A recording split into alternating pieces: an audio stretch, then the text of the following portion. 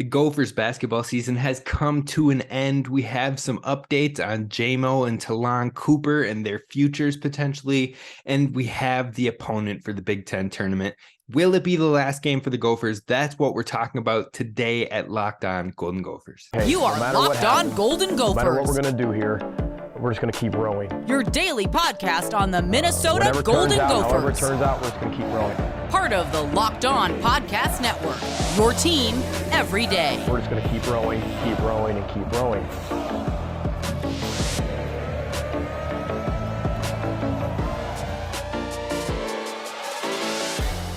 You're listening to Locked On Golden Gophers, part of the Locked On Podcast Network, your team every day. My name's Kane Rob, host of the podcast, former collegiate football video coordinator and recruiting assistant, here to talk Golden Gophers with you each and every day of the week. Monday through Friday, we're kicking this Monday off with the final home game of the Gophers season at the Barn. We just concluded last night, and it ended up in a thrilling, down to the wire loss, but a loss nonetheless. And you hate when you end up with an L against the rivals at home to close the season. We're going to dive into that. We're going to dive into the players' futures, and we're going to dive into the Big Ten tournament. But be sure to hit subscribe over on YouTube. We're building the community. I love the comments. I love the interaction. And hopefully we just get more and more going over there between you all, between you and me. Let's make this thing the place to be when it comes to Gophers Nation. So be sure to hit subscribe, hit like on the video, and then drop a comment on what your final thoughts are for the Gophers basketball season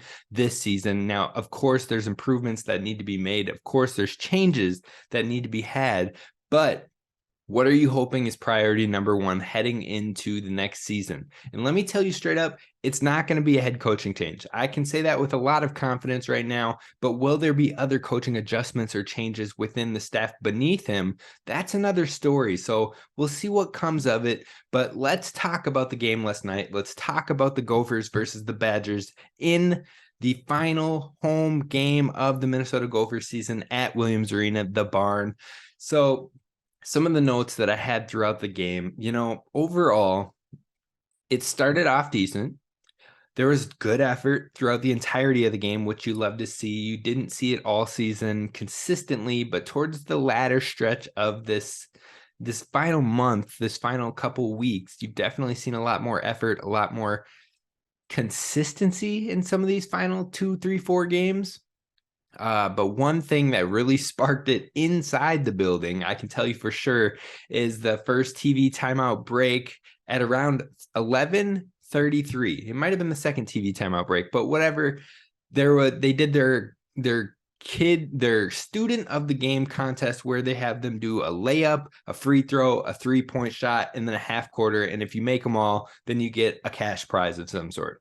And I've been to a lot of the Gophers home games this season. I haven't seen anybody actually complete it. I believe there were 2 or 3 people that got to the half court shot itself, but weren't able to come up with it. Came up close, but no cigar. So this time, on this night, in the final game against the Badgers, and there was a lot of red in that audience as well, unfortunately. So you could hear both fan sections. You could hear noise from both crowds of sorts, both fan bases of sorts.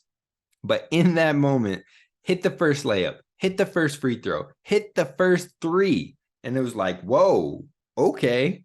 And then all of a sudden they're taking half court shots during the time limit. The timer's going down. There's 3 seconds left. 2, last haul, 1, hits it. It was a storybook ending. The place went crazy. The student won the prize, but that sparked the biggest energy spark so far in the game. And from that moment forward, the place was loud. On and off, there were moments where it got quieter, but the energy was vibrant. The place was loud. It was ecstatic. It was ready to burst at times. And so that is the Williams Arena that we want moving forward. That is the crowd we know and love.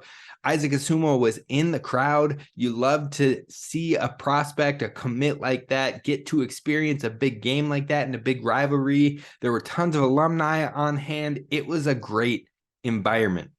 Now, you would like to see less Badgers fans in that environment, if I'm being honest with myself there. But overall, from that point on, you could feel the energy, you could feel the fight, and the Gophers players could feel it as well. And I feel like they played aggressive, they played physical. Now, a lot of people might say, oh, but defensively, they didn't make any adjustments because like they just kept attacking us inside. You're right. Stephen Crowell and Tyler Wall, both Minnesota natives, which makes it sting worse, absolutely lit the Gophers up inside.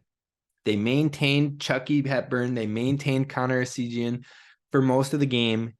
Those guys are very good three-point shooters, held them in check most of the game.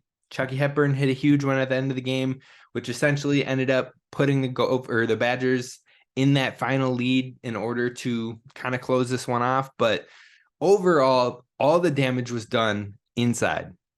And one could say, why didn't we make any adjustments? But at the same time, Pharrell Payne was playing in foul trouble nearly the entire game. Josh Ola-Joseph was playing in foul trouble nearly the entire game. And guess who they were playing on? Tyler Wall and Stephen Crowell.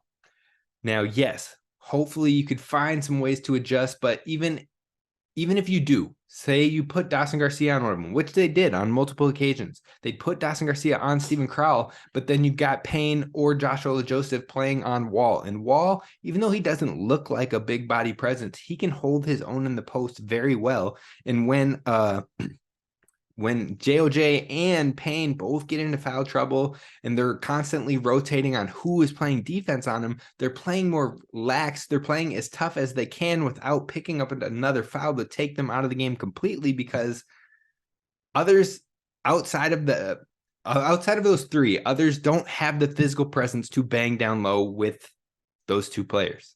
Plain and simple. You can put J-Mo down on Wall, but Wall is going to do the same thing. You might end up getting J-Mo in foul trouble, but J-Mo is as athletic as he can be, as the size that he does have. It isn't something that is going to take on an interior post player consistently. So that is why it was hard to make an adjustment in those scenarios, because two of your three most physical post presence players were in foul trouble. Now, could they have switched to a 2-3 zone of sorts and tried to cut off the inside more and make them shoot more threes? Possibly that is something, a route you could pursue, but do you want to take the risk of letting those 3-point shooters that you know can hit 3-pointers consistently start to get confidence, start to drain those and gain a big lead? Because the Gophers were in this game from start to finish all the way down because it was a bang for bang, tit for tat, inside basketball game. They'll take that fight. They'll take that physicality any given night over a 3-point shootout.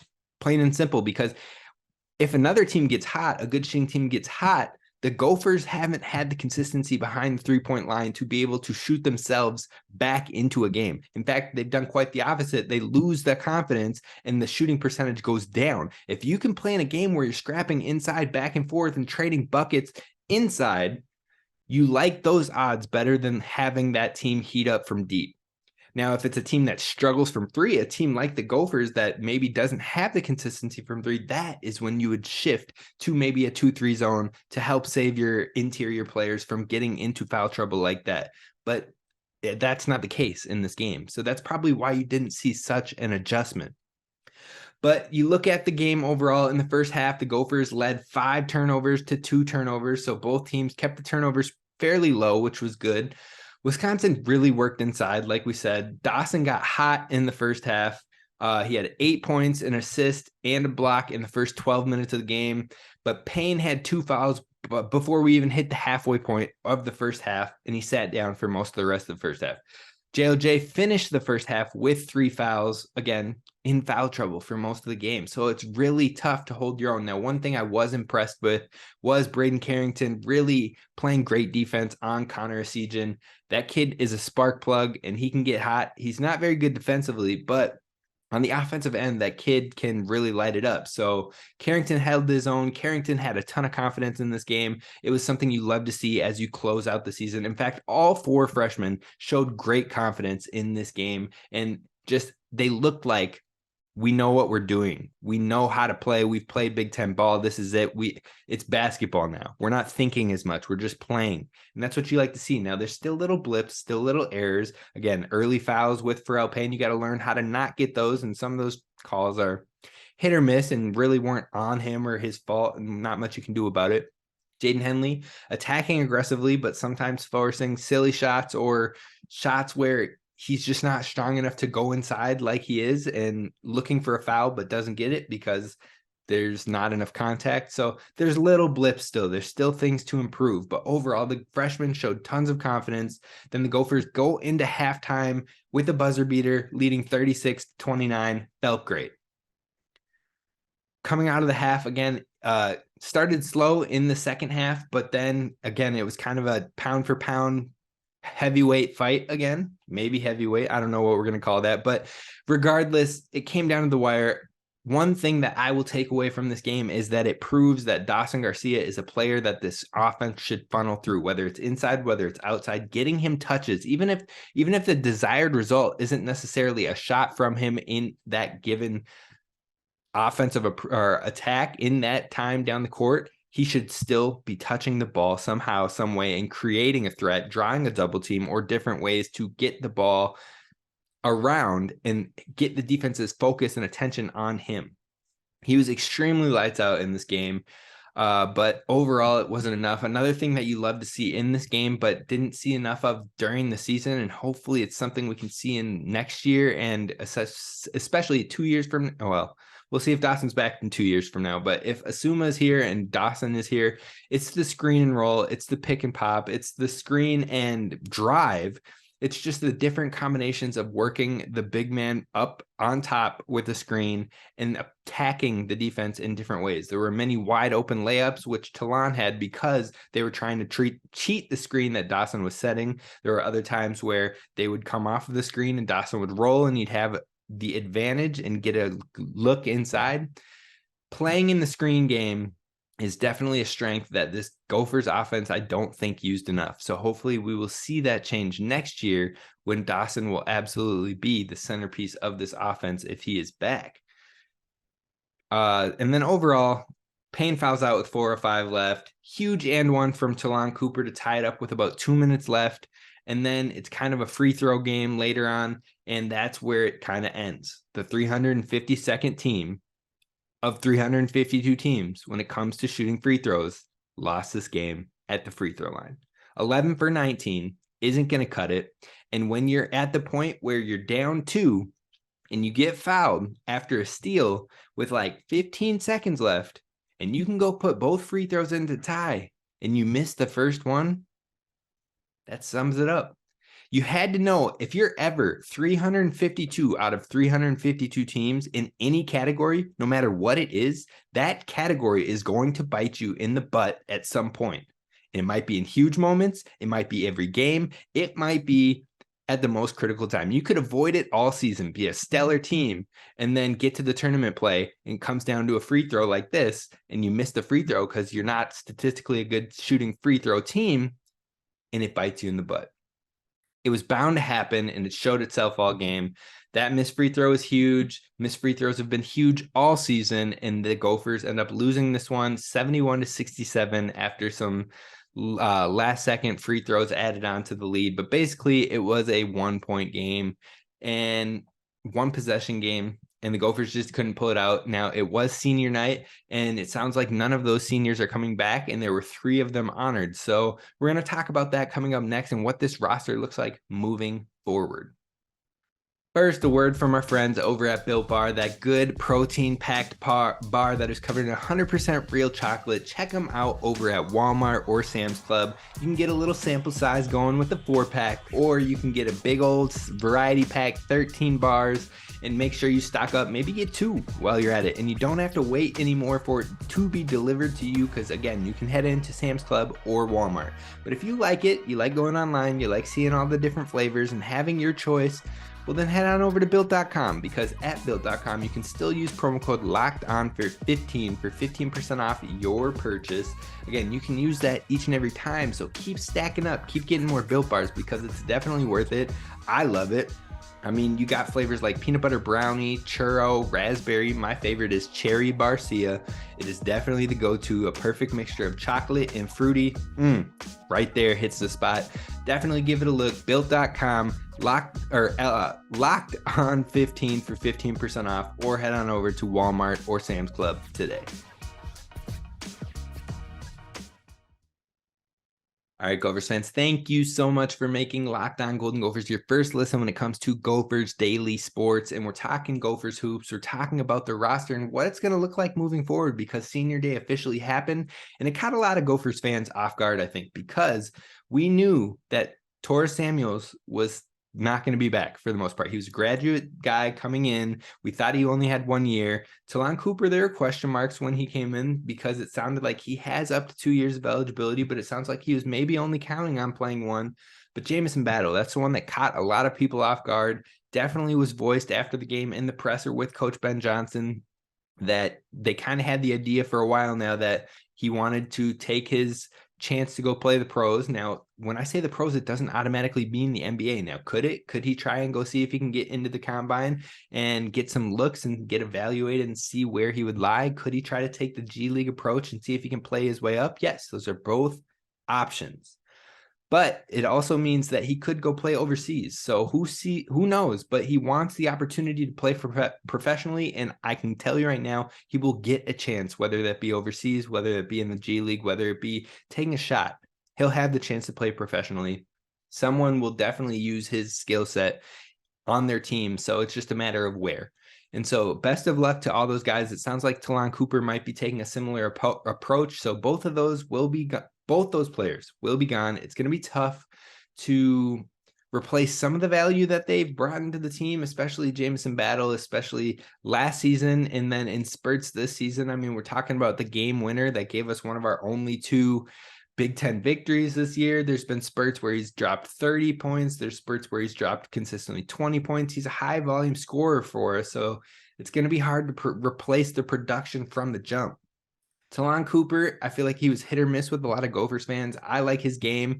I think that there were some turnover issues this year with the lack of chemistry across the board for the team that didn't develop until late. But overall, he got a lot done. He could get it done defensively. It wasn't always consistently, but he can get blocks. He can get steals. He always is a guy who is setting up assists. There's times where I'm just like, ooh, nice dime or nice. He has a talented skill set when it comes to being a passer.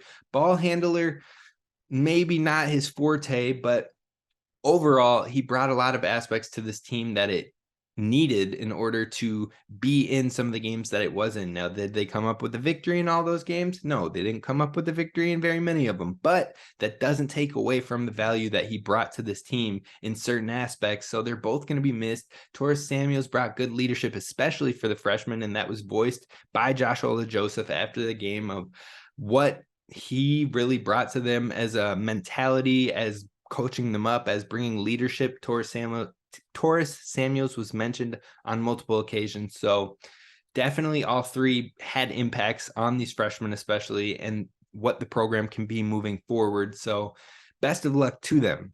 But what does it mean for next year?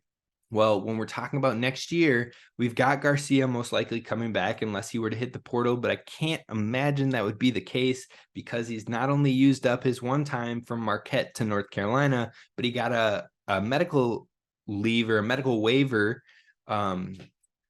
from North Carolina to the Gophers. And so it's just like, if you hit the portal, you probably definitely have to sit a year. I don't think that's the intention. I think the intention is to continue to build on his production and show that he can play professionally as well. So I think he is going to be the center point of the team next year.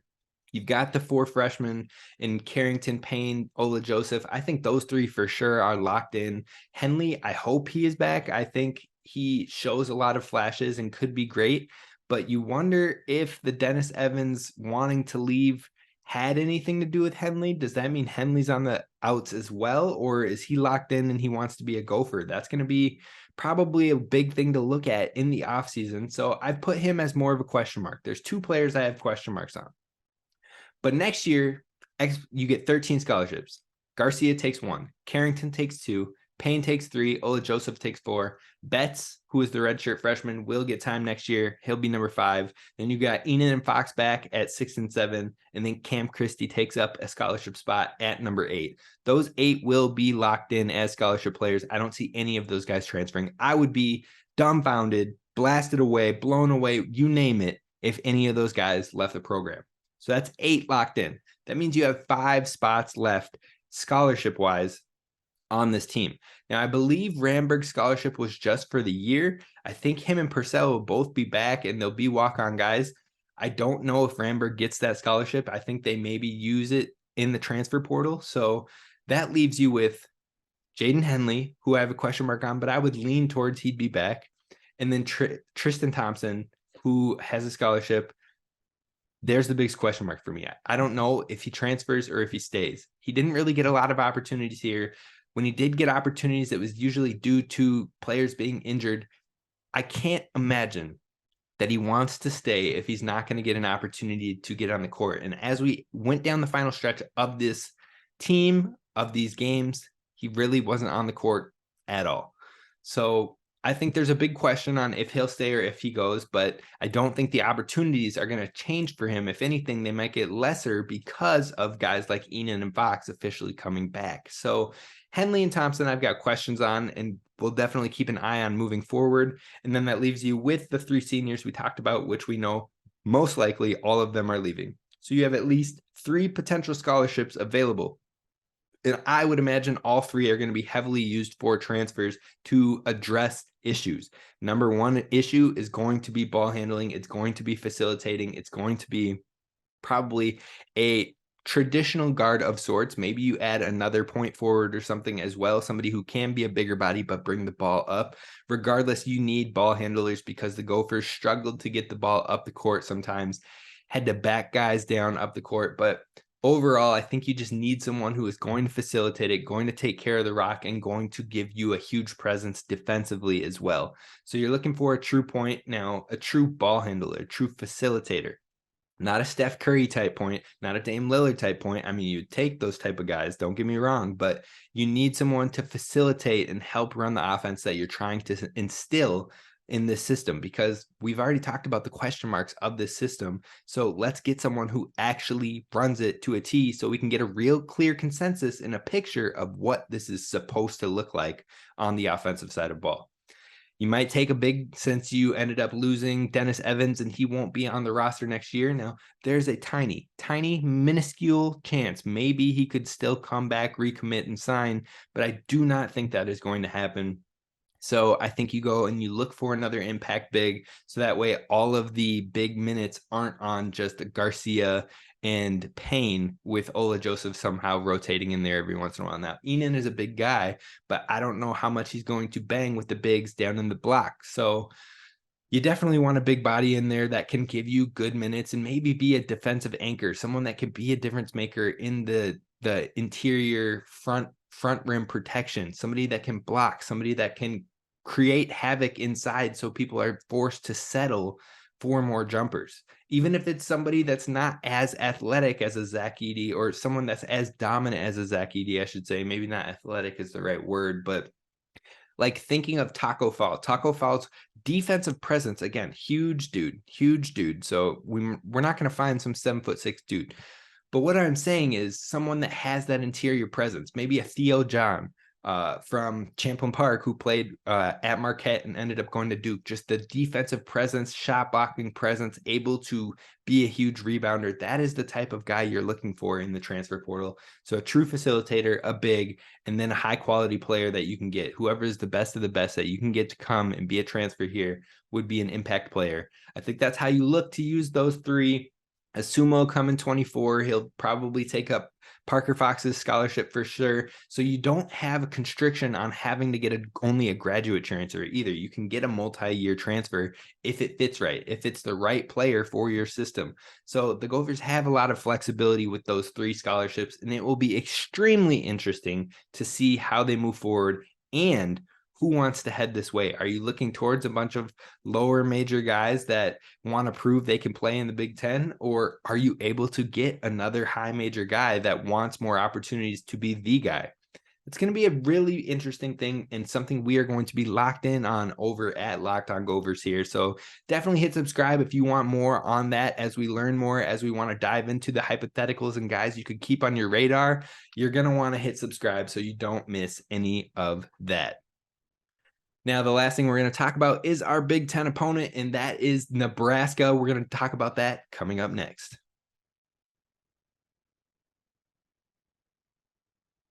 All right, Gophers fans, we're talking the Big Ten tournament. It could potentially be the Gophers' last game this Wednesday where we play Nebraska, the 11th seed in the Big Ten tournament in Chicago. And so what is there to talk about? Well, so far the Gophers have played Nebraska twice. They've lost twice. It hasn't necessarily been pretty. The first game was pretty close. The second game was kind of tough to watch. But overall, both matchups ended up in losses. And I feel like the Gophers just haven't matched up well with Nebraska for some reason this year. Nebraska has also gotten hot over the end half of this year. They've been on a fairly big winning streak. I don't know if they had one loss in there too, but they were winning a lot of games to close the regular season out. So you're catching a team that's hot and getting hot at the right time. That doesn't bar well for the Minnesota Gophers.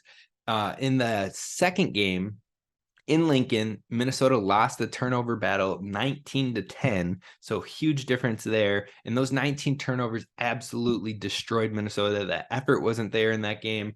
It was tough to watch. You could just see Nebraska wanted it a lot more. They were physical. They were driving. They were going for the loose balls. They were getting steals and breaking down, whereas the Gophers weren't transitioning on defense very well. So you have to play all out like it's your last game. Maybe the Gophers can get a burst because they play with all out effort, but it'll really come down to, can they put out that all out effort, or are they ready to be done? Are they ready to call it a year and look at whatever's next for some of these guys trying to take pro opportunities, for some of these guys wanting to get to the next year and be better, improve themselves?